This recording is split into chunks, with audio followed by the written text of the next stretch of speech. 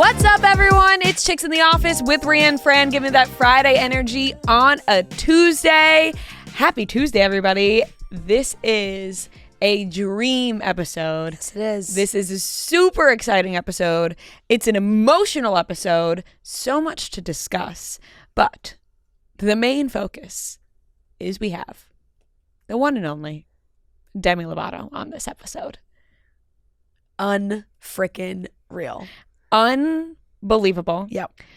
Having to keep this in for the short amount of time that we've known. Yeah. It hasn't been that long, but yes. It hasn't been that long. Yeah. But wow. Like just bursting at the seams. So excited. So emotional about it, really. Like cried all weekend long thinking about it. Yeah. It's just really quite the moment.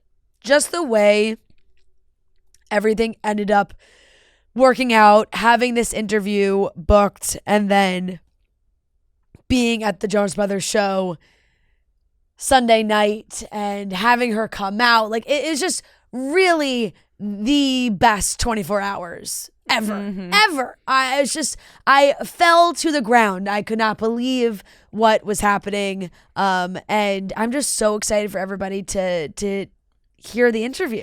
I'm so excited for everybody to hear the interview. I'm so excited for her to talk about last night's Jonas Brothers concert. It's just insane to think about Demi coming out at the concert last night and then less than 24 hours later walking straight into the Chicks in the Office studio. Walking right into our studio. I mean, I know that our listeners and everybody listening knows how much this really means to us, but yet again, it still doesn't feel like it can be talked about enough and put into words enough. Like, I know that I say I cry a lot at things or I get emotional at things. I really do mean it, though. Like, thinking about this and finding this out really just made me so emotional. I know, obviously, you feel the same way.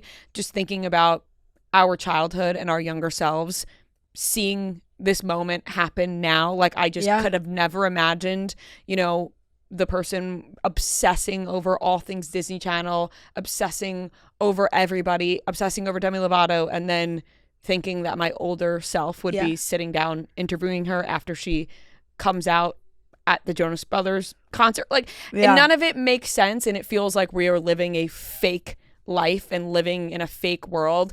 And I just think about that person who was like locked in her purple bedroom, just like with all the magazines and writing things on my wall and just like wanting to be around these people and admiring them so much, and now getting to interview Demi. Like, it's just unbelievable. Like, I just when you listen to those songs, you just go right back into feeling exactly how you did as a kid when you were listening, even more so now. And Demi has fantastic new music. Like, unbelievable new music that I know everyone's gonna love. Absolutely. It's like it just really does, like you said, like feel so full circle having these moments. She's by far one of those guests that we've always dreamed of having on, been a fan of for so long. Just the experience of having the show happen when it did and the interview happen when it did is just like so perfect, and really feels like fate in some sort of way. Like, thinking about how I, was at those, thinking about being at PNC Bank down in Homedale, New Jersey, Claire and I going to the Jonas Brothers shows. At that time, Demi opened, and like we were so obsessed with her. We loved all those albums, those like, Don't Forget and Here We Go Again. Like, it's just such a staple of growing up and being, so solid in our lives. And then going to MetLife and being with Claire and having watching the Jonas Brothers show, and then also them just be like, this, welcome Demi. Like, it was insane. A dream come true, really. Growing up and wanting to sound like Demi Lovato. Oh, yeah. You know what I mean? Like, just wanting that voice the of an most angel. Incredible voice. Like, the most incredible voice. Seriously, one of the best voices of our generation. I told her that during the interview. But so special and so honored that she decided to sit down with us today after all of this happened. Like, we couldn't feel more honored and feel so, so, so happy and excited to share this interview with everybody and see how excited everyone else is as well to hear this. Like, Absolutely. It was a dream. And this is just peak career moment and a life moment in general. Absolutely. So, and this is going to be the whole episode because God, there's nothing else. I mean, really, there's nothing else to talk about. Are we gonna, We're going to go right into the interview. We, of course, will recap our experiences at the show afterwards as well because there's so much to dissect from the night. But we just really have to dedicate the episode to her. I know there's a lot going on, and we'll get to it on Wednesday for sure. Yes. A lot of other topics and things popping up. People are freaking out. Is Taylor going to be on New Heights? We'll talk about it. Honestly, we'll probably find out by that time. So it'll be great. But I'm so excited for everyone to hear this interview. Yeah, so we're going to get right into our interview with Demi Lovato. And then after that, we will recap our Sunday night. So let's get into it. We are obsessed with the Batiste Dry Shampoo. It's the award-winning #1 dry shampoo brand, #1 in the US and #1 in the world. It instantly refreshes your hair, absorbs the oil and grease for a cleaner looking and feeling hair with added volume and texture. It's great on your hair, easy on your wallet, and you get that blowout look without the blowout price. Batiste works better than the next leading competitor and brands that cost up to 2 times more. There's a reason everybody loves Batiste. There's a reason it's a cult classic. I'm always going for a little Batiste to zhuzh up my hair, especially maybe day 2, day 3 of a blowout where you want to bring it back to life. Batiste does the trick for you, just brings it back, looks amazing. Also love that it gives you a little texture, a little lived-in look, but you lose that oil and grease. All hair types are welcome, so you can buy the Batiste Dry Shampoo online or in-store at your nearest retailer.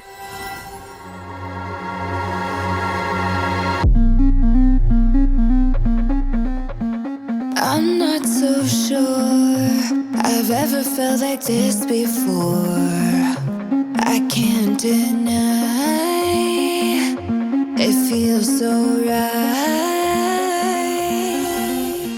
All right, everyone, we are here with a very, very special guest. A legend, needs no introduction, the one and only Demi Lovato. Hello. I don't know where to look. It would be this one. Okay, if you have like a really strong point you want to make, right into that camera. Yeah. Right there. Get it? Point? Yep. Okay. So, yeah. Okay. We're starting with the jokes already. It's fine. That one wasn't really good. I'll probably say some jokes that won't be funny, but we'll pretend to laugh. Yeah, I'll laugh at them. Okay, thank you. I appreciate that.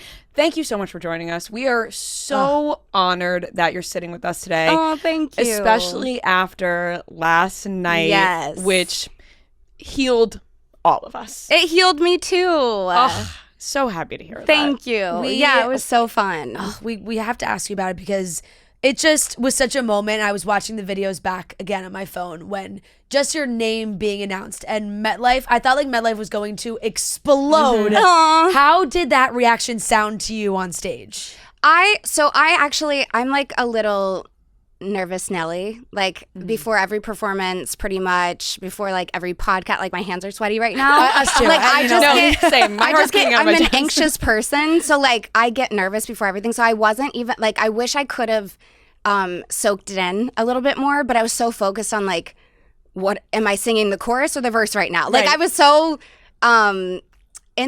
I was so nervous that like I was focused on just hitting my marks and doing the thing that I didn't really like soak up the love. And also I have in-ears in, so you can't really hear the crowd as much as you would if you didn't have them in. Yeah. So but seeing everyone and the reactions and everything just like filled my soul with warmth and love. It was incredible. It really was a dream come true. No, it really was a dream come true for us, for everybody there, for everybody at home watching that wishes they were a part of the show. So many people are, oh my God, I'm so jealous. I was at those early tours in 2008, 2009. Like I have been a lot, like we've really been fans from the beginning. So watching you on stage with them now was just so special. How did it all come to be? Honestly, Joe just asked me like last week, was like, hey, what are you doing next weekend or on the 10th? we would love to have you come and perform This Is Me and wouldn't change a thing. You know, you've been like a huge part of our journey and vice versa. So he was like, this show is really important to us and we would love to have you there. And it was so nice. And like I said, it was so healing for me too. You know, we've been through so much together, all of us, the Jonas Brothers and I. And it was really, really great to like spend time with them. It was really cool. They came to my room, all three of them, and like spent time getting to know my husband, and which was really meaningful to me. And they just, you know, thanked me profusely for flying across the country to perform with them. And it was just so thoughtful. I felt so appreciated, and it was really healing for us. And I loved it. You know, every second of it was so great. Yeah. That is so amazing. And honestly, thank you to you and both the Jonas Brothers for allowing all of us to be a part of such a special moment, because like you said, I'm sure it is healing for both of you, and having that time off stage too to talk in your room with your husband. When Joe initially asked you, did it take a lot of thought before you said yes, or was it kind of an instant?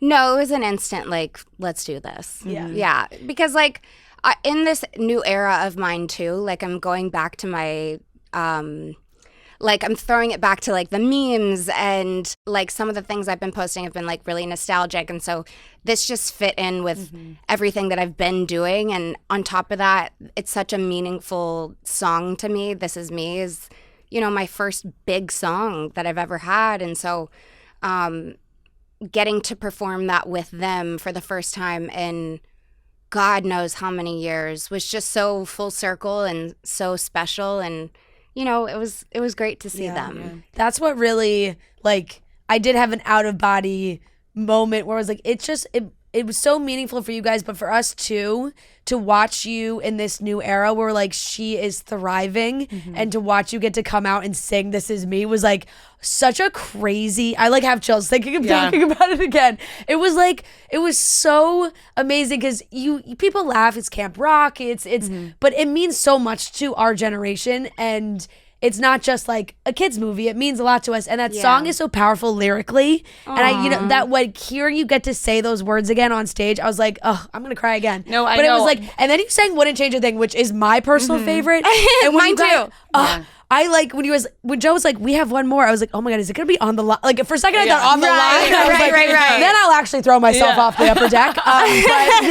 But Wouldn't Change a Thing. I fell over and it was just perfect. It was insane. Like fully sobbing, and I'm like, do I look insane right now? But everyone around me was doing the same thing. Aww. Like everyone's crying. And by the way, you sounded better than ever. Yeah. Oh, like, thank you. Actually, unbelievable. The mic was on. You know, like it was. Yes, it was on. It was. What was the last time you sang that song on stage? So when Joe asked me and I said yes, I was like, fuck, I'm gonna have to relearn this because I don't remember the last time that I sang this, and like I definitely don't remember the words. So and once I listened to it a few times, it all came back to me. Yeah. But the last time I performed This Is Me and Wouldn't Change a Thing may have been the Camp Rock 2 tour. Crazy. Which was 2010. Yeah. And then This Is Me, I think Joe and I probably performed it in like 2015. Yeah. But it's been a long time. When you guys were singing each other's parts while the other person was singing, I was like, oh my God, they still know it. We finished sound check and Joe was like, well, you still got it. Yeah. I was like, oh my gosh, their voices together. It sounds amazing. But you did mention in this era of, you know, going back and going over the internet memes and all of that, we're loving it. New song Fast is out. Obsessed. So much fun. I love music that makes me feel like hot and sexy, want to dance. And I feel like this is exactly the vibe you're going for. Yes. And with the music video, you touched on a lot of those past things we see pop up. The yogurt. Yes. Poot. Yes, poot. And if I were to ask you what your favorite dish is right now, what would you say? A mug. It's so good. What kind of inspired you to own these past internet viral moments? I don't know. I think it's just like this era for me is I'm not taking myself too seriously. I think every other era of my life, I've written music for the albums to be like really cathartic and therapeutic, and like I it was always such intense and heavy topics that I was singing about. And I was like, I went into the studio and I was making this, I was like trying to find my sound, and I started writing like really emotional songs, and it just wasn't resonating because I'm not in that place anymore. Like I'm not in a bad place in my life where I need to write these really intense emotional songs. I'm happy and I'm in love, and it's not that deep anymore. You know what I mean? It's really not. And so I wanted, when I started making, there's a song called Frequency on the album, and that was the first song that I came into the studio with, and like that's when I found my sound. I was like, okay, there's something to this. Yeah.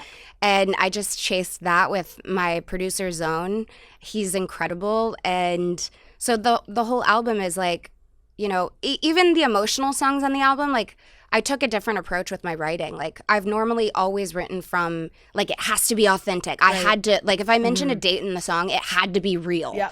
And this time around I was like in the studio running out of concepts to write about, because there's only so many love songs and like so many songs about sex you can write. Yeah. And so I was running out of topics, and I was like, what if I just make stuff up and like have fun and like write from a fictional point of view? And I did, and it was really cool. It was a really cool writing exercise for me. It got me out of my head, and so even some of the emotional songs on the album are like, they're coming from me, but it's not.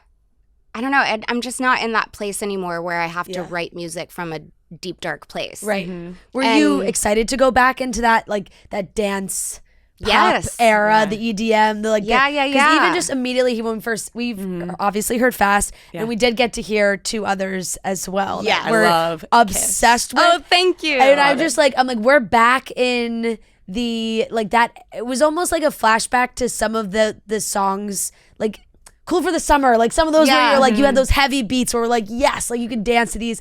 Did you feel that like connection at all between the eras? Definitely. I think as an artist that's been in the game for as long as I have, you have moments where you take a look back at your career and you're like, okay, what worked for me? And I'm like, the rock stuff didn't work for me. And that's okay. Like it was a passion project. And I went back to my roots a little bit with, you know, I grew up listening to, in my emo days, like the rock stuff. And so I did that as like a passion project, but this one is like, it's fun. And I realized what worked for me was Cool for the Summer and, you know, these other big pop songs. And I'm like, why don't I just go back to that? And like, it matches my mood. Yeah. You know what I mean? It feels like authentic to where I'm at right now. So like, I'm just going to chase that. And I did. And I came up with some really great songs that I'm really proud of. And I can't wait for everyone to get their ears on. I cannot wait to hear more. We saw a little snippet of Kiss at the club. And you're just like dancing, like letting loose, having fun, feeling free.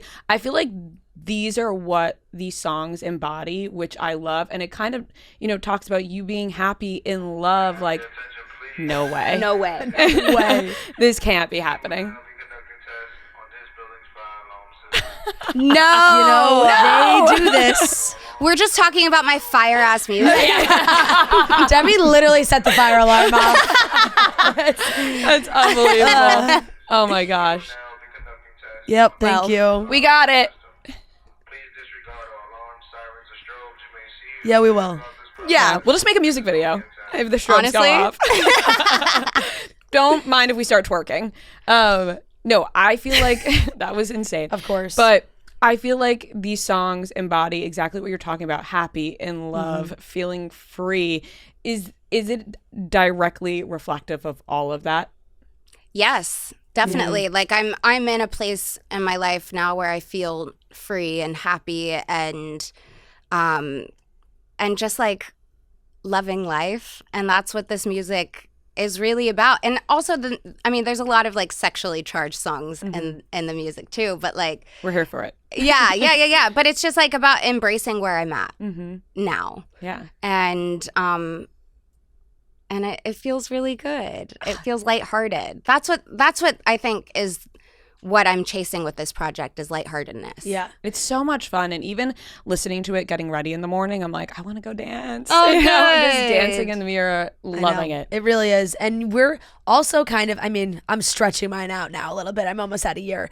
But we both also just got married. I was September last year. I was She April was 25th. April. Oh, You were nice. months after. Yes. Yeah, so we're Congratulations. Congratulations to you. Thank you. We're all wifeys in here Yeah, now. cute. exactly. And it feels like we're all in that era of just like Yes. happy, in love, having a good time, loving life. We want to hear about your wedding. Yeah. You looked absolutely stunning. Thank the you. classic Vivienne Westwood, a Yes. staple, absolutely gorgeous. We were dying over it on our show.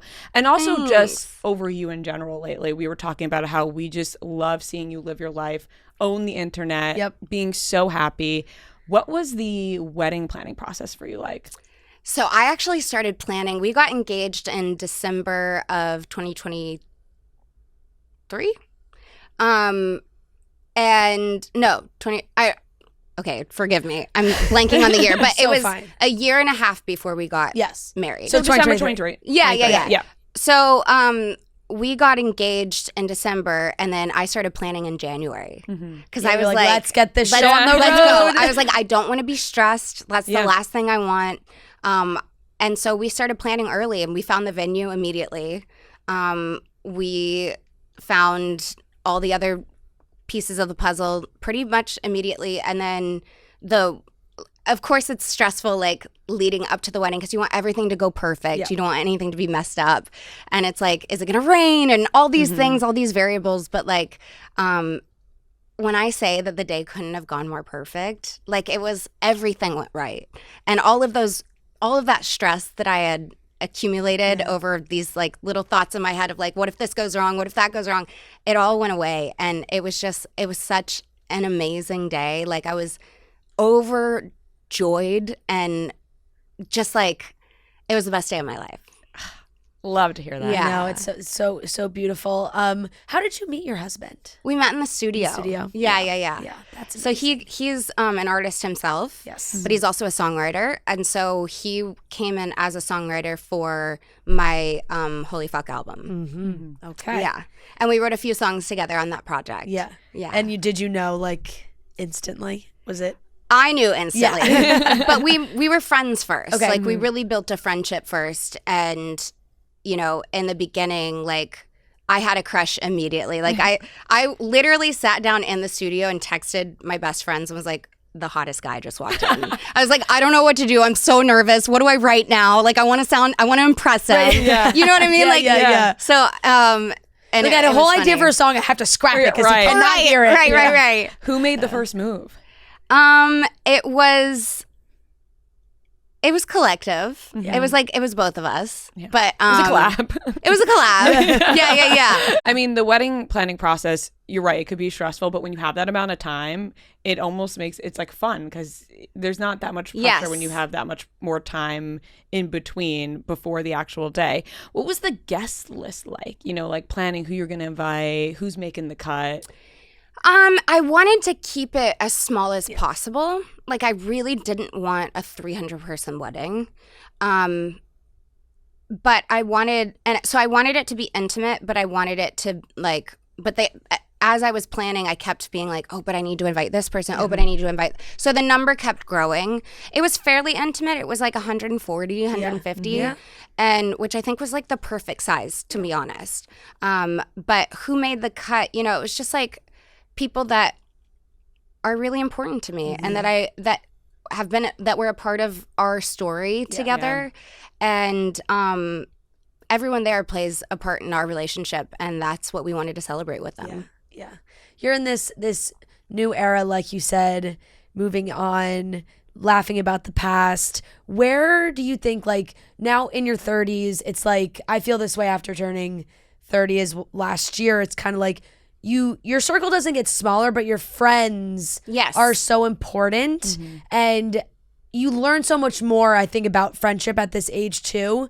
How do you think your friendships have evolved in this new time? I think over the years, you know, in my 20s, I had a lot of acquaintances. Yeah. And in my 30s, I have a really good core group of people around me. And I value those relationships more than my acquaintances because those are the ones that are going to pick up the calls in the middle of the night if you're struggling or whatever. You know, those meaningful relationships, I value them a lot. And so I think my friendships have evolved where like I really just value the core relationships in my life because I'll take connection over anything, over fame, over money. Like what you have at the end of the day are the relationships in your life, your family, your friends. Like that's the most important thing in the world to me. And yeah. I don't know if that answered. No, No, it but does. I feel It like does. with core friendships, like you said, as we get older, you notice your life look a certain way that when some of those people get removed, you're like, oh, well, my life has been improving and they're not in it. So maybe they didn't serve me well. Yeah, and I think I placed a lot of expectations on other people in my 20s. Like I give a lot in relationships. And so when I was putting in the effort in these acquaintances and these friendships that were kind of superficial and wasn't receiving that back, I learned that lesson the hard way in my 20s because I was just like, here I am like really trying to be a friend for people that aren't reciprocating that. And I'm just not going to invest my time in that. Like I want people around me that have my best interest at heart, you know, and I want people around me that are going to reciprocate the connection that I'm giving. Yeah. And so, yeah, I think that's how like the things that I've learned the most about friendships is like you kind of, there's different tiers, right? And I think you just have to have a good understanding of where each person in your life, what tier they fall on. I feel like a lot of people can relate to that though, like feeling like you give a lot to a friend, you don't feel it back. You're like, you know what? Then this friendship isn't going to serve me so much.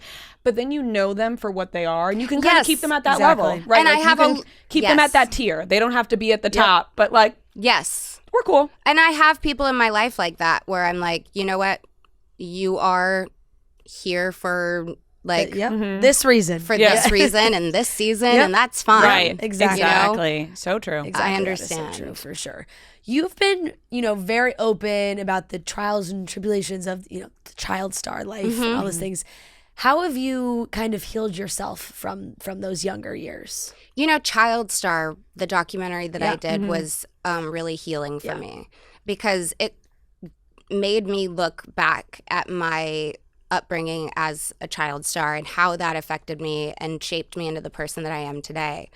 And I learned so much about myself. And so, wait, what was your question? I was just thinking that's kind of, you answered working on the documentary. I said how you kind of healed yourself from working on the that documentary. label and all but those things also, that come with it. It's just years of therapy. Like I'm in therapy once a week. Without fail, I have been for probably 7 years now, once a week. And if I'm struggling, it's twice a week. Like I do what I do to take care of myself. Yeah. I've put in a lot of work and I've healed a lot of my inner child that was wounded from growing up in the spotlight and through other traumas and things like that. But I've worked through that and I think that shows, you know, it shows where I'm at today. Like the reason why people are like, oh, you're glowing or this or that is like, one, I'm in love. But two, it's like I've done the work. You know, and I will continue to do the work because that's what this life is about evolution. Right. And you are 100% glowing. Like I said, we've talked about it on this show a ton. We see it right in front of our face right now. Thank you. You have a sparkle about you. And it's honestly really beautiful to see. And, you know, you have opened up so much about mental health. And with the documentary Child Star, we loved it. We loved obviously getting to see more behind the scenes, learn from a lot of people who've been in your situation.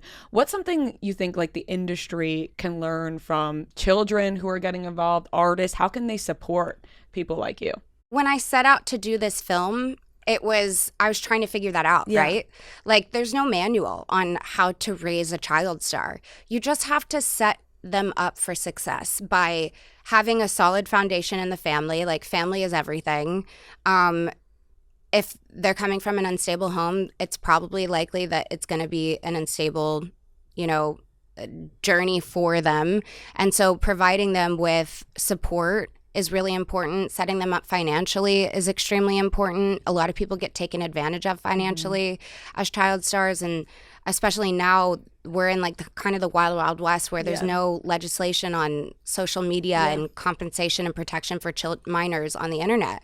And so we have to like really take a look at that. And, you know, legislation always follows technology. So it's just inevitable that we'll get there. Yeah. We just, and we are getting there. Yeah. Gavin Newsom signed a bill into effect that, you know, protects minors and helps compensate them online, and other states are following suit. So hopefully that'll just become the norm. And yeah. That's so true now too, because it's like the way it's evolved. It's like, you know, when we were growing up, we were watching the kids on Disney Channel, but now it's kids are watching kids on TikTok who are making all their money on TikTok and doing all those things. And you really embrace the whole TikTok world now, which I'm having so much fun. Love it. And we can see that. What kind of made you think, you know what? I'm gonna really start posting on this app and like making jokes and having fun with old memes, you know, the Disneys, all those fun things. Yeah. So I was like, I'm kind of like a little bit of like, what else can I be doing? You know what I mean? Like, I'm not a workaholic because I really value my rest time. But like, I was just kind of like, what else can I be doing? And I was posting like my cooking videos on TikTok and was having so much fun with that I was like, maybe I should like try some of the trends, you know what I mean? Like some of the lip syncs. Let me just see what that's like. And then I did it and I got hooked. And then I started posting every day. And sometimes I'd have like more than one post a day, and I'd like have them. And I just like, with my friends, we started making TikToks together, like, and it just became a thing. And so once I started posting, everyone received it well. And I was like, wow, this is great. Cause I'm like, I literally just did this to start having fun on the internet. Yeah. No, we felt it. It's so much fun to watch. I think people forget, and like I see in the comments, like, she is an actress. You know, it's like let's not forget. Let's not forget that she nails it. Do you ever like kind of get the acting bug again, or are you happy in, you know, the music era? I love to act, but my confidence in my acting is not as strong as my music. And I think it's because I've just done more music. And, you know, when I started in the industry, it was film and television and music. But then it just ended up turning into music, and I spent so much time away from acting and now I'm like, oh God, am I doing a good job? Like, you know, I'm really in my head about it. So, I definitely get the itch, and I would actually love to take lessons more than I have been, and just get into like build my confidence in acting, and then you know, do it again. Yeah. It's all there. We know the comedic. You have amazing comedic timing. Thank you. I mean, people like, you know, we all watch Sunny with a Chance. Like, you had amazing comedic timing. Thank you. So it's there. It'd be really fun to see something like that again. And it is funny to say, but you even see it in the TikToks. Like you being able to do the trending audios, making fun of yourself. Like the comedy is all there. Thanks. Absolutely. I couldn't agree more. I feel like it's you have to be able to embrace all of that too. Right. And you did go back to the yogurt shop. I did. Were you nervous about that? No, I wasn't nervous. It was like, it's been so long. Yeah. And I actually was really excited, and there was fans there. So like the fan interaction was really heartwarming to me. You know, getting to see my fans in the parking lot, like singing Fast before it was even out was just like so cool. So I wasn't nervous. I had a really great time, and everyone there was really accommodating, really sweet. And you know, they didn't have to welcome me back with open arms, but they did. That was really cool. Yeah. Everyone was so excited to see that, especially because honestly, I kind of forgot about that video for a second. And then when I saw you at the yogurt shop, I was like, oh my gosh. Yes. It all comes back. It all comes rushing back. Yes. That is so true. Do you watch any of the old stuff? Like, are there times when you're like, let me throw Camp Rock on? And so one of my best friends, her name is Libby. She was like, I actually have never seen Camp Rock 2. When I told her I was going to do this with the Jonas Brothers, she was like, I've actually never seen Camp Rock 2. And I was like, bitch, we're watching it. Like, we have to. Sit down. Sit the fuck down. And so she was like, well, we have to watch the first one. And so we watched the first one, and I cringed out of my soul, but I loved every second. And then we watched the second one the next night, and it was so fun. And like, it was really I look at Camp Rock and Camp Rock 2, and even my albums, they're all scrapbooks for me. Because I had so many memories from that time, and even just on set and working on that film, that when I watch Camp Rock and Camp Rock 2 back, I don't just see a project that I worked on. I see a collection of memories that really fulfilled me and gave me so much life at a dark point in my life. I was kind of struggling when I was working on those projects, but those projects brought me so much joy. And so when I watch them back, it's not just, oh, this was this movie I was in. I'm like, it's like looking at a scrapbook but moving, and it's really, really cool. I love that because it takes us back too. I was listening to like full Demi discography all in preparation. I was so excited. Yeah. Yay. And it takes you back to, I'm like listening to Don't Did Forget. You forget? Oh my and God. I'm like, it's transporting me back to like my 8th grade boyfriend, like not talking to me after we went to different high schools. And I was like, he forgot about me. Like this. And I just remember it, like every lyric, I'd be like, she knows me. And it was so good. And I honestly just saw somebody make a video about this the other day because like Fran's saying, like you listen to Don't Forget, which I remember filming myself on my laptop, like so seriously. I have the worst voice. No, the worst voice of all time. And I'm like, did you forget? And it's so bad, but like it really, like how you talked about last night healing you, it does heal the parts of us inside of us too. But somebody made a video being like, guys, Demi gave us this song at 16 years old. Like the vocals that you were giving at that age. And I'll actually say I was 15 because when I wrote it and recorded it, I was 15. Crazy. And then my album came out when right after I turned 16. You just have one of the most powerful voices of our generation. I totally believe that. And people really do 100%. Always hype you up in that aspect. Like your voice and is you were working overtime then too. You kind of forget because we were kids too. So it's like we were just used to what was coming out. But now looking back, I'm like 2008, 2009. Like it was albums every year. When you dissect the timeline of what we were doing as Disney Channel kids, crazy. It was crazy. It was a movie, an album, a TV show, a tour for 3 years straight. And there was no downtime. Like when I would have a hiatus from my TV show, I'd be busy doing promo in Europe for the TV show. Or my tour bus would pick me up from the stage, the sound stage, and I'd go to do a festival or, I was constantly working. And I think that's also another protection that people need to put in place for child actors today and performers, because when you run kids into the ground, it's setting them up for either rebellion or burnout. Overworked. Or both. And you just can't do that to a kid. After last night, with seeing the hype around it, everybody's reaction, are you sort of like, oh my gosh, now they're going to want more from me in this aspect, and like Camp Rock and the Jonas Brothers, all of that? Or are you like, we could just let it live on that stage? I think I know what you're getting at. And I'm not going to say, but like... How about touring? Even just like want more videos of you guys together. I'm coming from an aspect of like, I was dying to see you sing live, like on stage like that again. Like, do you think you would want to get back into touring? Yeah, definitely. I definitely want to tour with this album. So fun. Like just I have to. It's gonna be such a party. Like it's gonna be so fun. So fun. But I think like. Yeah, I would love to do more. And I think there's like, it's a delicate balance, right? Like, it's not like I want to live in the past. Right. I want to like highlight it and acknowledge it and, be appreciative of it, but not live there. Right. Well, I think that's kind of what your music video shows in Fast, right? Yes. Because I saw people talking about the concept of like, you're talking about you want to go fast, but you're walking slowly through your past, sort of. Mm-hmm. And I'm like, there's a lot of chaos surrounding me, and I'm unfazed by it. Like, if you notice, I don't look at the camera until the very end of the video.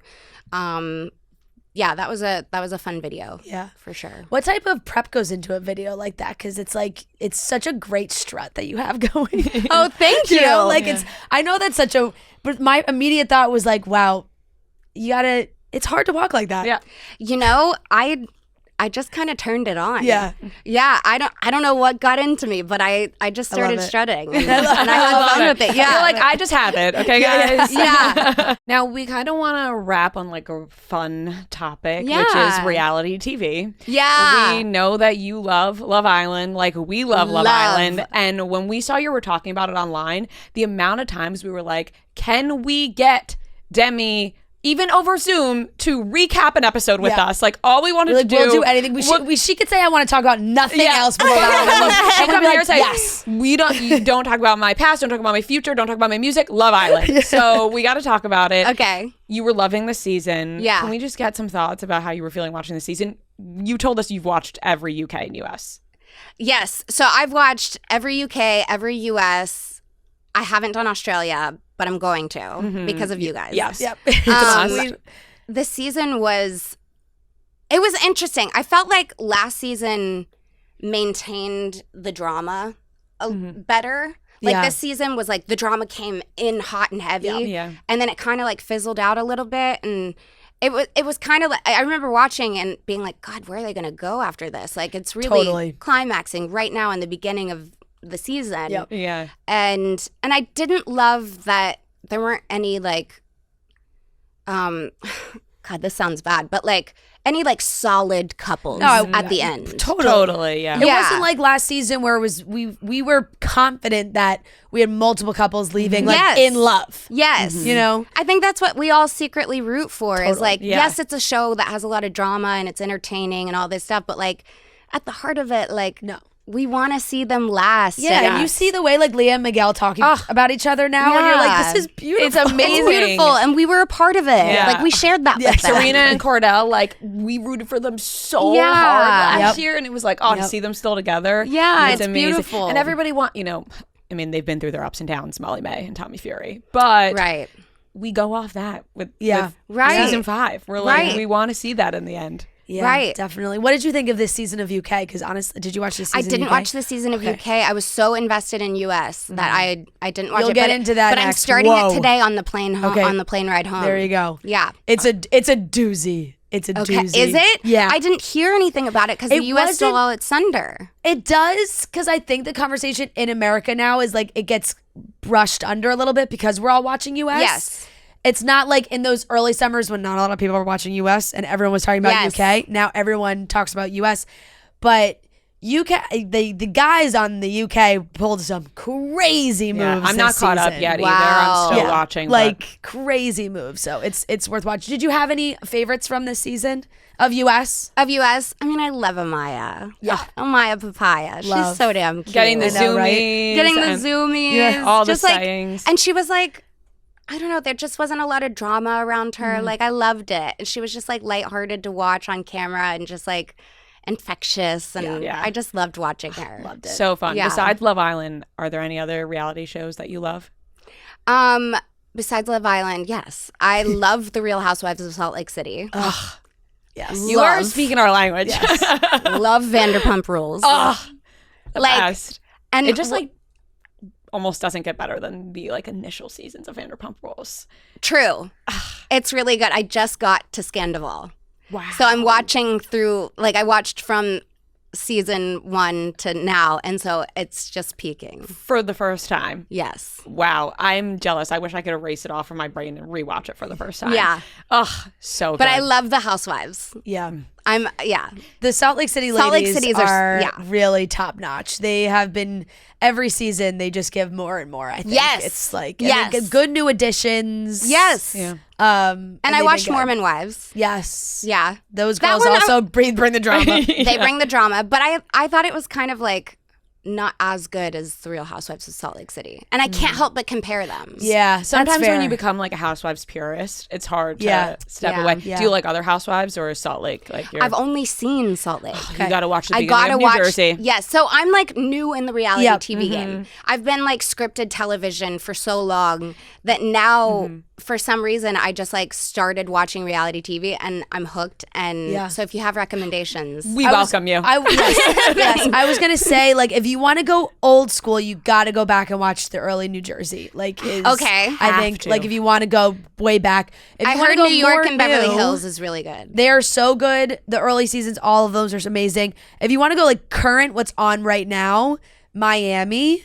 Okay, Those girls are out of their minds, and it is so it's like what I want from Real Housewives. It's not really crazy serious drama, but it is hilarious what these ladies like. Well, a woman just threw a party about narcissists, and they all had to read like all these sayings, and like none of them realized it's like this call's coming from inside the house, you know, like none of them were like, is this party about us? Like, right. It was so good, unbelievable television, so good. And if you want to watch people flipping tables and just like Italians screaming at each other, New Jersey is great because it's actually family. Probably not great for them, but it's great for us that it's real family dynamics. Like you know, a lot of them are actually related, which changes things. Okay, interesting. Yeah. Hope we sold you. Yeah, listen, if you want to talk any reality TV with us, we could just sit here and talk reality TV. Exactly. Next Love Island season, I'm in here. Recaps. For sure. Recaps. For sure. We are so excited to hear more new music from you. Thank you. What else can you tease for us? Because we did hear some others. I'm not really sure what we can talk about. We obviously heard the snippet of Kiss. But I'm like, you know what? I'll give you a tease. Yes. My knees, I just shot the music video for my second single.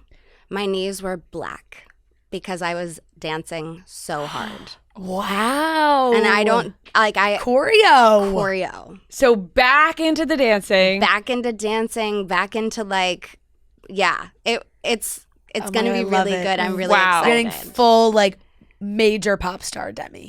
Like on the ground, like whipping on the it ground, around. on the table, on the fucking everywhere. Yeah. Exactly. Yeah. Doing it everywhere. Yes. Oh my gosh. Well, I'm getting the vibe. There was a stripper pole. Oh, can you? Sold. Can you do it? I can't. But you know what? I made it look like I could. Good. I tried on the bachelorette party. We went on a boat and there was a stripper pole. Couldn't. You know what I mean? Like, no, but your cousin. But my cousin. I want to take a pole dancing class though. I think it's so fierce. I think they're the strongest. Yeah, they're so strong. The core strength. Yes. And insane. It's so sexy and like empowering. I love it. Exactly. When they can like move so slow. Good. Yes. Around. It's like, how are they doing that? Yeah. Amazing. No, I remember, you did an interview and somebody asked you when you feel the most confident and you said when you're having sex. And I loved that answer. Like, I was like, I can relate. Yeah. It's like when you are stripped down in your barest form and you're doing something you want to do and you're taking control depending on what you're doing. And it's empowering and it's sexy and so present. You're present. Like, exactly. You nothing else exists in the world. Yes. Oh, I totally feel you. Yeah, that's when I feel the most confident. And this music along with that. Yeah. I feel like this whole album is that's what we're going to be. Yeah, definitely. That's what we're going to be getting, which we are obsessed with. Can't wait. Can't wait to hear more. Can't wait to see what else is coming from you, Demi. Thank you so much for coming on our show. It's truly an honor, a dream come true. It really is a dream come true. Yeah. You have been a dream guest of ours So forever. And honestly, just like this paired with since our childhood. Last night, like actually, I will not be able. I won't shut up about it for who knows how long. Yeah, so. it's gonna be hard to sleep this week, honestly. Yeah. So thank you so much, and everybody stream fast. Yes, it is so good. Let's go, guys. And we cannot wait to hear more from you. So thank you so much. They don't make it easy to buy concert tickets these days. You got to sign up for the pre-sale, get in the queue, and by the time you get through, the best seats are gone. Going to a concert should be about the show itself, not waiting in a virtual line. Lucky for us, we have Game Time, the official ticketing partner of Barstool Sports. Game Time makes getting tickets faster and easier. Prices on the app actually go down the closer it gets to showtime. Plus, the Game Time Picks feature makes it even easier to find the great deals on the seats that you want. Just pull up your chosen event and turn on the GT Pick setting at the top of the screen, or browse the best local Game Time Picks deals near you on your Game Time app homepage. We can't shut up about it, guys. It's the whole podcast. Jonas Brothers are on tour now. If they are coming to a city near you and you didn't get tickets, time to jump on Game Time, see what they got, get those tickets now. You're not going to regret it. It's an amazing show. So what are you waiting for? It is time to buy those tickets now with Game Time picks. Take the guesswork out of buying tickets with Game Time. Download the Game Time app, create an account, and use code CHICKS for $20 off your first purchase. Terms do apply. Again, create an account and redeem code CHICKS for $20 off. Download the Game Time app today. What time is it? Game time. Dream come true. Amazing Interview. Yes. Sitting down with her, filming TikToks, Yep. hanging out, even talking about Love I know. Island. It was so nice to feel like, I'm like, oh, I hope we're a safe space. I know. You know? I really felt that way. I Yeah, hope she felt yeah, that way. yeah. It was just such a big deal for her to come into our studio. Yeah. So thank you so much, Demi Lovato, for joining us. It Yes. was amazing. And obviously goes with Sunday night, which Yeah. was the Jonas Brothers concert at MetLife Stadium, which we know a Jonas Brothers concert it's going to be Yeah, a great time, no matter what. of course. It's epic. They were teasing 4 big surprises. Yeah. Okay. And by the way, Big Rob did come out. That wasn't one of the 4 surprises, but Big Rob did come out. Obviously. Obs. But they were, teasing all these surprises, and they delivered. They Like did. Sunday night was a humongous night. Absolutely. I think the Jonas fans were obviously all over some of them. There were hopes and dreams for Demi, of course. But they just put out their new album, Greetings from Your Hometown. And we knew already, like, Switchfoot was on the album. They've been talking about Switchfoot a lot. Yeah. If you follow Switchfoot on social, which, I did not, but I was seeing it shared a ton, was like, oh, they were posting stories of them coming to New York and, like, being in the city. It's like, okay, you probably assume maybe that could be one of them, which was great. It was kind of crazy, though, because they brought Switchfoot out and they didn't play the song from the new album. They played a Switchfoot song and then they sang Hold On while Switchfoot was still on stage, which I, like, understand, but at the same time I was like, Yeah. Greetings from Your Hometown. You didn't sing it. I have a feeling that this whole show is going to change. Not a lot, but MetLife was so many guests and so many, like, moments that's 5 or 6 songs already that they probably are going to have to put, their songs in for their other shows. So it's like, oh, you're not going to hear a Switchfoot song. It'll Right. change, of course. But I was surprised that they didn't sing that song. I think people were thrown off by that. It is so funny, though. They started off with Love Bug. Well, The way that I was jumping up Crazy. and down, screaming to Matt, "This is Fran's favorite song ever!" And No, I truly, like, I was so ready for because the way they've been teasing the I Can't Lose on, like, their I Can't Lose, but, like, it's very Yeah. dramatic. They have this built out for the show. And I thought that was a lock for Yeah. how they were going to open. And when I heard those opening chords, I went, starting with Love Bug? Shocked the world. I was. They did shock the world. They shocked the world. I couldn't believe it. I was like, wow.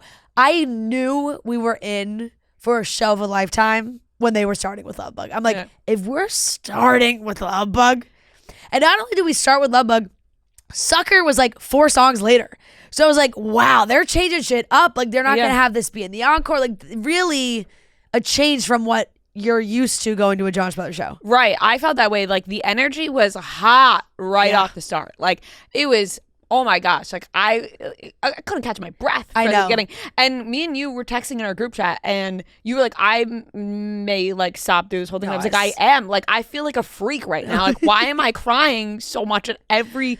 You just, like... It you just get, like, meant so much. Not- Like, yeah. MetLife. They're You just playing get fucking right, MetLife. and it was honestly their intro was so good when they were like talking about being from New Jersey, and then when Kevin hit the "and I still live in New Jersey," I was like, "Fuck yes, fuck yeah, Kevin!" I was like, "Oh my god, New Jersey!" Like, it was, and also, like, being from Long Island but now living in New Jersey, I'm like, "Oh my god!" Like, I feel it, guys. So no, but it was so funny because, by the way, Nick Jonas, his quote is getting taken out of context, which it absolutely should not be because it was iconic. And I was like, fuck yes, Nick. When he was like, I'm so happy to be Nick Jonas. Yeah. Because he was talking about I'm like, to be just, like, Nick Jonas from New Jersey. From New Jersey. Yeah. And it was such an amazing moment. It was like, what a way to start the show. The energy was just all the way at the top. It was So unbelievable. It really was. They, like I said, it's so fun going to the first show obviously, because you don't know the set list, you don't know what's going to happen. MetLife is so huge. Like, it just felt so special to be there for that experience, just for the guys to be there. Like, you could feel it, even just the way they walked out on stage. I love Joe's mom's favorite jean jacket. That was funny. And they had plenty of surprises. Like I said, we mentioned Switchfoot, and then they bring out Jesse McCartney, which really, like, I think that was not on anyone's bingo card of like who's going to come out of this show. No, it wasn't at all. I did not guess Jesse McCartney whatsoever. And immediately, like, I couldn't even enjoy Jesse McCartney's performance because all of a sudden I started cringing thinking about us singing. I don't know if we could edit that in. Can we edit in the video of us singing with Jesse McCartney? No, because we're singing. Yeah, because we're singing the song. Okay, yeah, so we can't. But and you're welcome for that because you really don't need. You don't want to hear it. You don't need to hear it. But for our new listeners who don't know, we used to do a show on Sirius XM. Yeah. That's how Chicks in the Office started, and we had Jesse McCartney on early on 2018. And the ball's on us to sing his song straight to his face. I do not have those castañas any know. longer. Never. Like the balls to at the end of it be like, "Yo, keep singing," and he was like, "I think we've heard enough." Yeah, like, yeah. No. And keep going. Yeah, no, we sang "Beautiful Soul" with him. It was not good. No, terrible. But that's immediately where my brain went. Where I was like, I can't even enjoy this moment right now because you know when you remember when you did something that's really embarrassing, and I was like, oh my god, I'm cringing out of my body. But not embarrassing enough where I didn't post it on my story because I was like, wait, I actually do have to share this on my Instagram story because it's that crazy. It really, but it was really so exciting. Like, how nice for Jesse McCartney. No, the whole time I was thinking like Jesse McCartney, highlight of his life. Like, just any opportunity to perform in a stadium like that. I felt the same way even with All American Rejects. They opened, they were great. And obviously, you know, they have smash hits, and they've never played in a stadium either. He said, so that was really amazing to see that, and he was being his full self. Like he's kind of a weird guy. Eccentric. 100%. I was crying laughing because he was like, he pointed out a group of girls on the floor, and they were all in red dresses. But he was like, what's going on here? Like, why are you all in red? Like, are you guys like about to form some human heart? Like, what kind of Handmaid's Tale shit's happening over here? Like, whatever. And obviously, we all know, you know, they're in red dresses. But obviously, he does not know the lore of the red dress. So there were some funny moments like that. But the show is great. It's interesting because it's hard to like build out a stadium show that opens as a stadium show, but will continue on in smaller venues, you know, because there were so many people there. And I think you get every fan on the spectrum. You get the casual fan, the super fan, like you get all across the board. So for the moments, there were some moments where they played some, you know, deep cuts, which I appreciate and love. But it's in like a stadium, it's crazy because I'm like, oh my God, I can't believe we're hearing like Joe's first solo album songs at fucking MetLife, which is awesome for them. But you could definitely tell the audience was like, we don't know these ones. Like Nick Jonas, he's hitting some, shit, throw some bacon on it. And everyone's like, what did he just say? Yeah, that was a show for them. Yes. You know what I mean? Like they were having a good time. But I'm saying when they go to do all the rest of the tour, like people are going to lose their shit over those moments. And like, I'm sure they'll change it. They'll do other songs. I also was crying laughing when they did a gender reveal. Yep. And she was from Brazil. And they did a gender reveal, and they were asking for requests, which is definitely something they're going to incorporate at other stops as well. And Joe had asked, you know, what song would you like to hear? And she said, When You Look Me in the Eyes. And he was like, oh, you know, I promise you're going to hear that one later. And then her next suggestion was Pizza Girl. That was wild. She went, oh, then okay. When You Look Me in the Eyes, I'll go pizza girl. And here comes Sheena. And they were like, promoting her new book, crying, laughing, because they're on stage being like, yeah, got anything else? Yeah, that I was like, okay, wow. Honestly, don't ask for requests if you're not going to just play what they want to hear. I know Joe was kind like, of bold to ask for I'm requests. so sorry. Like, give me one more. Yeah. And then she went Still in Love with You, which is obviously great. Summer but it Baby. was, Summer Baby. Sorry, the Yeah. other one was Still in Love with You. Summer Baby. And then they did Still in Love with You. But even still, I think in their minds, whenever they do requests, they expect it to be something from those first couple albums. And that's probably what they're prepared for. Because even when she said Summer Baby, they were like, oh, shit, okay, let's try. I feel like Nick was like, okay, I got this one, guys. Yeah. You know?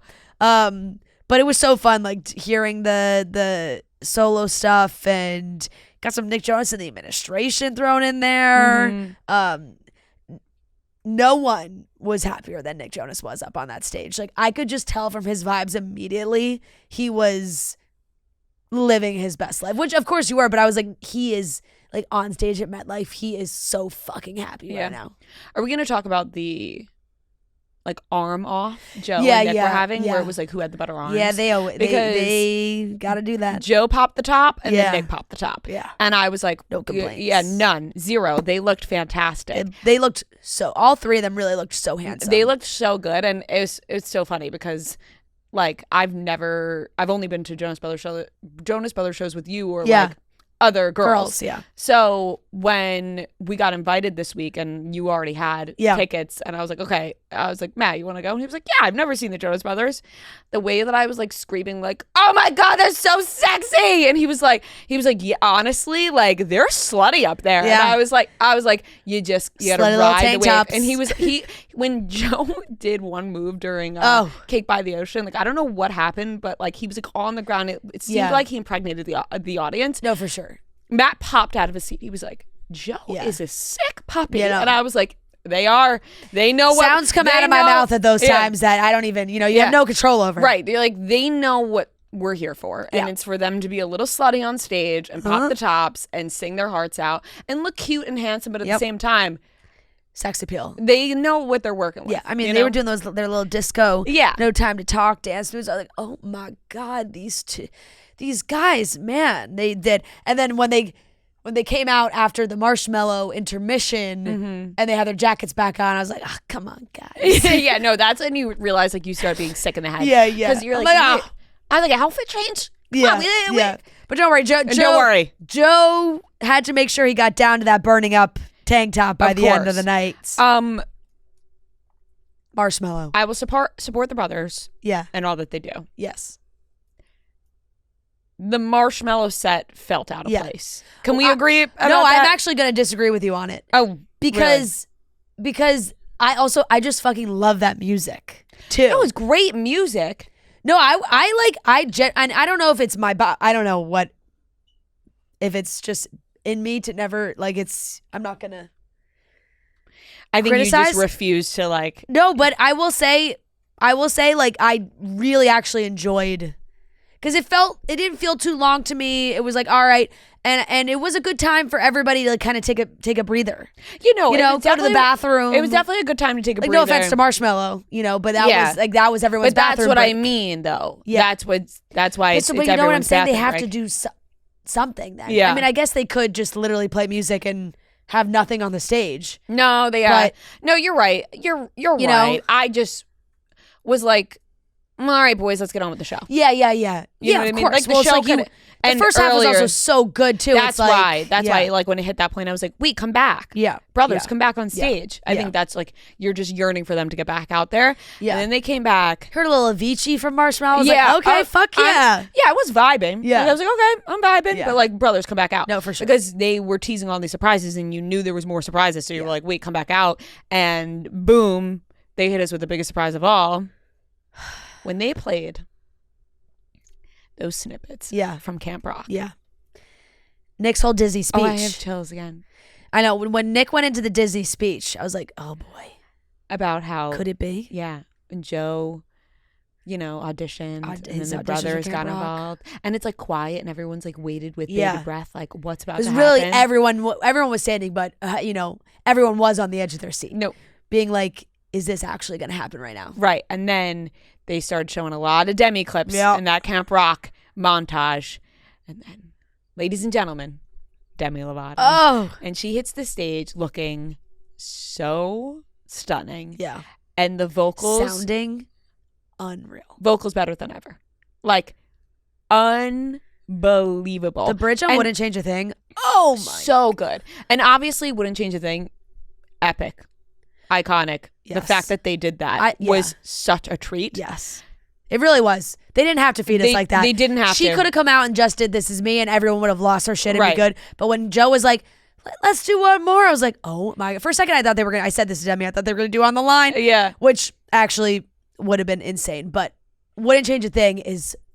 It's so good. Such a good song. But the fact that she, like, This Is Me is also, like, I go back and forth on which one because This Is Me is just such a, like a staple that you would never think you would hear Demi sing or Joe sing ever again in our lives. Like, we just thought, there's no way we'll ever see this ever again. Seeing Joe and Demi walk down the catwalk together and like turn and sing at each other, I was having an out-of-body experience. It's like riding a bike. Really, because it's like I really never thought I would see this happen again. You know? It's just there's been so much life, so many things that you're like, oh, it's probably not gonna happen. And to see it happen, it's just like we said in the interview, you guys heard it was a healing experience for all of us. It was. It really felt like I was like, oh my God, I like seeing them together again healed something in all of us. It really does. And it sounds cheesy or whatever it is, but the feelings that we have and that everybody listening can relate to right now of seeing and hearing that, you can't really describe them. Like it's so nostalgic. It brings you back to those like times as a child, and it's hard to put into words because it really was a special moment for everybody. And hearing Demi talk about how it really was a healing moment for them too, just makes us even feel more fulfilled. And it's almost like, oh, we can like close a chapter for sort sure. Of. Like, no, 100%. It as a fan and like somebody, and I know so many girls also have like obsessed over this over the years, thinking about it. It's a moment that you're like, oh, you know, we've all grown up. You know what I'm saying? Like it feels like, you know what, the past is the past. Look at we're on stage together. Yeah. We're all right, you know? It's really nice. And it reminds you of simpler times for us as a child, but like not simpler times for them. Yeah. You know, like that's for sure. Like when you're a child, it's good memories to us. Yeah, watching them, you think, oh, it's just like us if we were living our dreams. But like the stuff that they were going through and whatnot is so insane. Like we can't even wrap our heads around it. So I can't believe my necklace was fucked up that whole time. Did you notice? No, I didn't notice that at all. Right. Sorry. No, it's so fine. It's just unbelievable. Like I literally couldn't believe she was actually coming out when the montage started playing, because I was like, don't tell me we're just gonna like the cast of, we saw the cast of Camp Rock at Jonas Brothers. Right. You know, like yeah. we had a ton of fun. Yeah, and it was amazing. But we need Demi in this moment. But it was like because the way they were teasing it was like, oh no, they're singing something, which means there's only one person that could come out with them and just knock it out of the fucking park the way that they did. And I didn't try to think about any possibilities of who the surprise could be. Like I feel like we let ourselves be surprised for the whole night because I know. I mean, really, like Dean Lewis also came out and sang the new song. Like those were the ones that I was like, okay, they have some features on the new album. Those are people will probably see. You get your hopes up, obviously. Oh, could Demi be coming out? Right, and you see every TikTok comment, Miley, Demi. Right. It's like you're like, could it be? Yeah. Justin McCartney never would have crossed my mind. No. Like it was just 10 out of 10. Like the vibes were so high, and then coming home, knowing, like after okay, so Demi comes out. Right? And we're like, holy fuck. Yeah. Demi just came out at the Jonas Brothers show. And we get to talk to her. First to interview her tomorrow. Like, this is not adding up. Like, is this the case? Like, I couldn't sleep. I could not sleep. I think I went to bed at like 2. I was up so late. I put Camp Rock on when I got home. That's amazing. I ordered Domino's and I clicked that. I pressed that Disney Plus button on my TV. Yeah. I said, all right. That's the only way. It really was. It really felt like the only way. I was like, this is the only way I'm ever going to potentially make my way to get some sleep. The only thing we love as much as this show and our lovely listeners are delicious cocktails, specifically delicious RumHaven cocktails. Super exciting. We are going to be going to Charleston Thursday, August 21st. Super exciting with RumHaven. We cannot wait to hang out with you guys. We posted the details online on our social. We cannot wait to see you guys, hang out with you guys, have delicious RumHaven cocktails. RumHaven is so delicious. It's made with real coconut water and no artificial flavors, so you could drink it straight over ice or mix with a little juice, make a little rum punch, make a little Friday energy cocktail like we like to do at our shows and these upcoming little events that we're having. We can't wait to hang out with you guys in Charleston, and we cannot wait to drink some RumHaven cocktails with you guys. So head to rumhaven.com/chicksintheoffice to learn more. That moment was amazing. And then I kind of had a feeling that there would be some sort of family moment, of course. And they brought Big Rob out for Burnin' Up, which is always amazing. And then they did Please Be Mine, first song ever. So they played that clip and then they sang that, which was awesome. And then they brought out the family, Mama Jonas, Papa Jonas, Frankie. They all came out for When You Look Me in the Eyes. Ugh. And like midway through the song, Danielle and the girls came out. So cute. And it was so special. Tears were streaming down my face because not only was the moment so special, but whenever Papa Jonas opens his mouth and sings a little tune, my God, it takes my breath away. Like I burst into tears every time. Yeah. Because like he just has this like, his voice is just amazing. Yeah. So well, tell me that you love me. Everything's all right. Exactly Yeah, it like sounded that. just like that. Exactly like sounded that, yeah. just like that. Yeah. And it just rips me apart from the inside, really. And having, Kevin's girl sitting with him on the piano bench and seeing so many people on stage tearing up too and taking in the moment. I was full waterworks. It was so cute, so sweet, especially at MetLife when you just think about them starting in New Jersey. Absolutely. And whenever they mention 20 minutes down the road, Yeah. it really is insane. In 20 years, I know. I'm not one to be like, I'm old, but when I hear that, I'm like, I know. oh, fuck. No, I know, 20 it's years, crazy. that's actually insane. It's crazy. But what an amazing moment for them to be like, wow, 20 years and we're performing MetLife for 20. Like that still shows that you still got it. Yeah, you brothers still got You it. know, and like they said on stage, they're like, hey, you'll keep us for, this is just the beginning. Be Yeah. around for another 20. We'll keep doing it. So Did you see the Paul merch? Yes. They're leaning in. Yes, they're leaning. There was a lot of joke merchandise, which is, I did buy a red dress t-shirt. I didn't see that. I wanted to go yeah. look at the merch. Yeah. Like before the show, and the merch I was near, I don't think was the good. Yeah, because I saw a lot of t-shirts and stuff that other people got that I didn't see at all. Yep.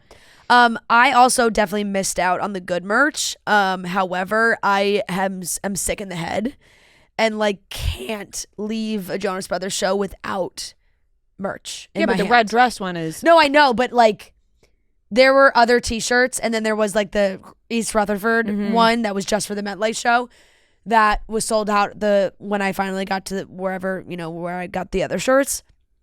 And the selection was not amazing when I got up there, but you better believe I was like, I'll take that one, and that sweatshirt. Yeah. And I came back to the we were in a box with my Jonas gals, which was also, by the way, so amazing because the last time, we love going to shows together, but we all live in different places. And the fact that we all get together for these shows is so fun. And just knowing that I have these girls for these moments, we've had weddings, babies, all since, the last tour. So it's just so crazy that we all got to see each other and be like, oh my God, you got married. I got married. You had a kid. It's just it was really, really, really so fun. But they were laughing because I was like, oh, I wanted this sweatshirt. I came back with all things that I was like, I don't know. I just had to, I was like, I had to buy it. I don't know. Yeah. I'm like, you lose sight up there. This is where it is. But they did put the East Rutherford t-shirt on online. Oh, and nice. You better believe I bought that one fast. pre-sale, doesn't ship till like the end of August. But I was like, I don't care. You'll get that in Yeah, December. exactly. Yeah. Because everyone, like Claire kept being like, friend, you can order some of these online. Like, and I was like, it's not the same. Yeah, you gotta go not home the with same. it, wear it that night. I know. There's just something about it. It's just not the same, which I did. Slept in my new t-shirt. They also are making shirts that Claire and I have to buy. I don't know.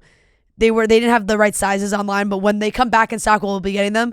Shirts that say, I can't lose when I'm with, and then the arrows. Oh, that's so good. So good. Oh, that's perfect. So good. So That's so cute. They made those ones too, but just a beautiful, beautiful night. It really was a beautiful night. I was laughing because when Demi was coming out, like Matt took out his phone to film my reaction. Yeah. Which is honestly, he's on it. You know what I mean? Like you don't even gotta ask him. Like he's like, I'm on it. He like, works just in the biz, supportive. man. He does. knows. But he's supportive. He's like, you know what? He's like, I'm a fan of the brothers. So I'm like, I hell was yeah. gonna say what was his thoughts at the end of the show? You know he loves that kind of music Yeah, anyway. I know he does. But he's not really like a big like he doesn't go to a lot of concerts. But he loved it. He was like they are performers, and I was like, hell yeah, they are.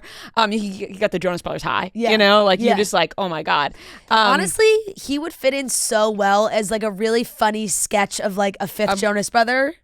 We were talking about that yesterday, and he was like, I look more like I could be a brother than Frankie does. Honestly, I agree. I do think Frankie and Kevin look alike. They do. Yeah. But I was like, you could be like the tall Jonas brother. Yeah. You know. But it was funny because he was filming my reaction to Demi coming out, and I just uploaded it so fast, like I barely even watched the video. Yeah. I was just like, I need to get this. I know. Post. Like this is epic. Yep. And then I saw someone comment like, we want to see the stage, not Rhea. And I went back and looked at the video and I was like, oh my God, Matt, you like barely filmed Demi on the stage. Right. He was like, it was filming you. And I was like, that's so sweet. But like, I want to see Demi. The people want to see Demi, but thank you for your POV because now I don't have a video of Demi on that stage. But it was there's some good shots and it was a good video. But I was laughing when I saw someone comment that and I was like, wait, what? And I went back and watched and I was like, I got it now. It's just me singing. This is me. Yeah, amazing. No, but I'll cherish that forever and that moment, literally forever, and this day forever. The fact that we left and knowing that we're coming in to interview Demi today, and then I took an Uber to work today. On the radio, they were talking about Demi and Joe singing on stage last night. It was the first thing that was on the radio when I got in the Uber. They were like, and Demi Lovato and Joe Jonas sang on stage for the first time. And I was like, and I'm on my way to interview Demi Lovato. Like, what? It took everything in me not to literally tell strangers on the train on the way. Because leaving MetLife, if you guys are from the area, you know it's a massive pain in the ass. So everyone that I was with, like we all live in different places now. So it's like I was the only one going back to Manhattan. So I was like, I'm getting on the train. And Claire was with me to the first leg to Secaucus, but then, you know, she peeled off and then I took the train back into the city. And I'm just like, you know, sitting on my seat, and actually it was a very nice girl. She was like, oh, can I sit here? And she sits down and then she like looks at me and she's like, wait a second.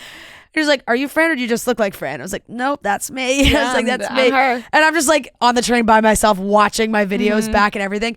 And just listening to everybody talk about the show and talk about Demi. The way I wanted to stand up from my seat in the middle of the car and be like, Demi's going to be on Chicks in the Office tomorrow, everybody. Listen up. Just, you know, any new list, Chicks in the Office podcast, follow it. Demi's going to be on it. I know you're all excited. Yeah, first interview after this big moment. No, I felt the same exact way. There were some lovely listeners of ours that were at the box next to us, and the way that I wanted to tell them so bad that she was coming on the show today. And I like went to turn to do it at one point and I was like, don't. I like turned back. I was like, Maria? Yeah. No. Yeah. Like, what is wrong with you? I know. Do not spoil this moment. I know. We sent out a mass email did. to our office being like, do not spoil this. Do not talk about this. Yeah. Meanwhile, I'm at the concert like, got a pretty big guest tomorrow. Like, no, truly, just crazy. That's how I felt. But no, it was just such a fun night. So happy for them. And there's can't wait little, to be at some other shows. Hopefully, I got to look at the sketch again. There's little like Easter eggs, like dream guest, like Chicks in the Office, Demi Lovato, like haha, or should I bring back the girls' room? Yep. People You're are so like silly. So silly. People are like, yes, bring back the girls. I'm like, duh, it's for Demi. 'cause it's for fucking It's Demi probably not Lovato. going to come back because we can't usually use people's music. You can use, yep. We had to get yeah. that shit approved. Yeah. So not sure I'm actually bringing it back, but will for Demi. Yep. But I'm like literally giggling at my phone, like, they don't even know. But I'm so bad at this where I'm like, can I tell them right now? I know. It's Same. out now, I felt the so. same way. But no, we had such a fun night. Amazing. Loved it. And like I said, I know for everybody else that's going to shows, get ready. I think they're going to be so much fun. I think it's going to be like there's a lot of guests. So the Beautiful Soul, the Switchfoot stuff. Obviously, Demi, like there's openings for other songs to be played, and I'm sure they'll switch it up a little bit and have some in that song battle. Maybe they'll do some new ones too, or not new ones, old ones that they never really do on tour, which will be really fun. I'm excited to see how that all plays out for them on the tour. The vibes are always good after They a Jonas are. Brothers concert, God, but they are. even better when Demi Lovato comes out and surprises the entire world and then ends up in our studio the next day. Thank you very much. Absolutely. That wraps it up. Yeah, that sums it up. Yep. Yeah, Jake's in the office. Long-time listener, first-time caller. Look at the charts, who does it the best? 2 chicks getting paid in reality checks. You can find them at the gym, it's not even